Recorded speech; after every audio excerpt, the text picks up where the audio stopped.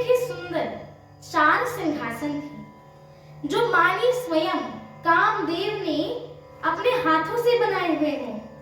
उन पर माताओं ने राजकुमारियों को और राजकुमारों को बैठा दिया और आदर के साथ उनके पवित्र चरण धोए। फिर वेद की विधि के अनुसार मंगलों के निधान दूल्हे और दुल्हनियों की धूप, दीप और नैवेद्य आदि के द्वारा पूजा सत्कार किया। माताएं बारंबार आरती कर रही हैं और वर वधुओं के सिर पर सुंदर पंखे तथा चवर ढल रही हैं। अनेकों वस्तुएं न्यौछावर हो रही हैं।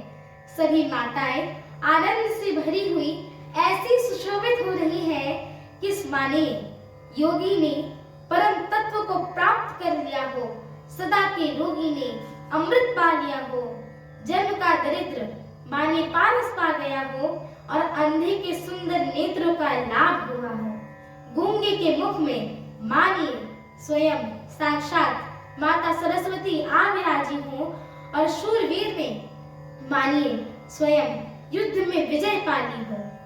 इन सुखों से भी 100 करोड़ गुना बढ़कर आनंद माताएं पा रही हैं, क्योंकि रघुकुल के चंद्रमा स्वयं प्रभु श्री रामचंद्र जी का विवाह हुआ है एवं प्रभु विवाह करके भाइयों सहित घर आए हैं।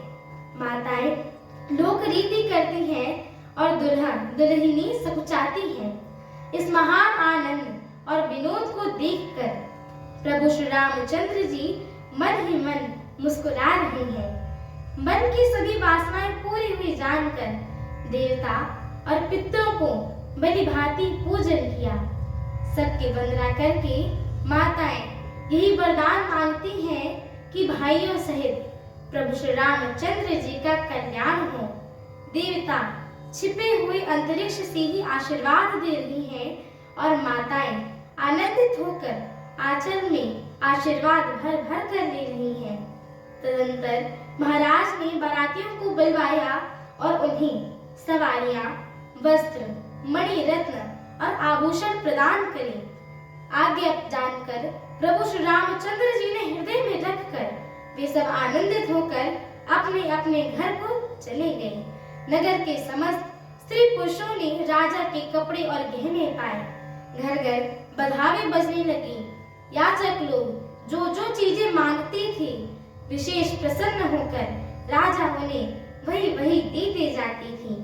संपूर्ण सेवकों और बजाने वालों को राजा ने नाना प्रकार के दान और सम्मान से संतुष्ट कर दिया और सब लोग वंदना करके आशीष देते हैं और गुण समूह की कथा गाते हैं। तब गुरु और ब्राह्मणों सहित राजा दशरथ जी ने महल में गमन किया।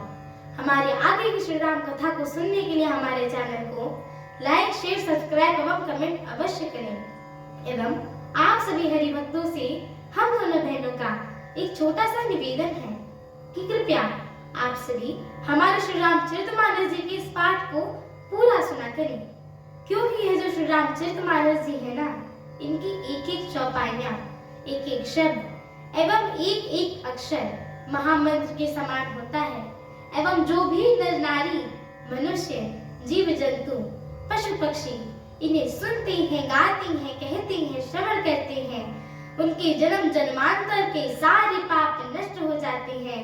तो एक बार प्रेम से बोलिए मर्यादा पुरुषोत्तम प्रभु श्री रामचंद्र की जय हो, माता जानकी की जय हो, लखन लाल की जय हो, अयोध्या धाम की जय हो। एक बार प्रेम से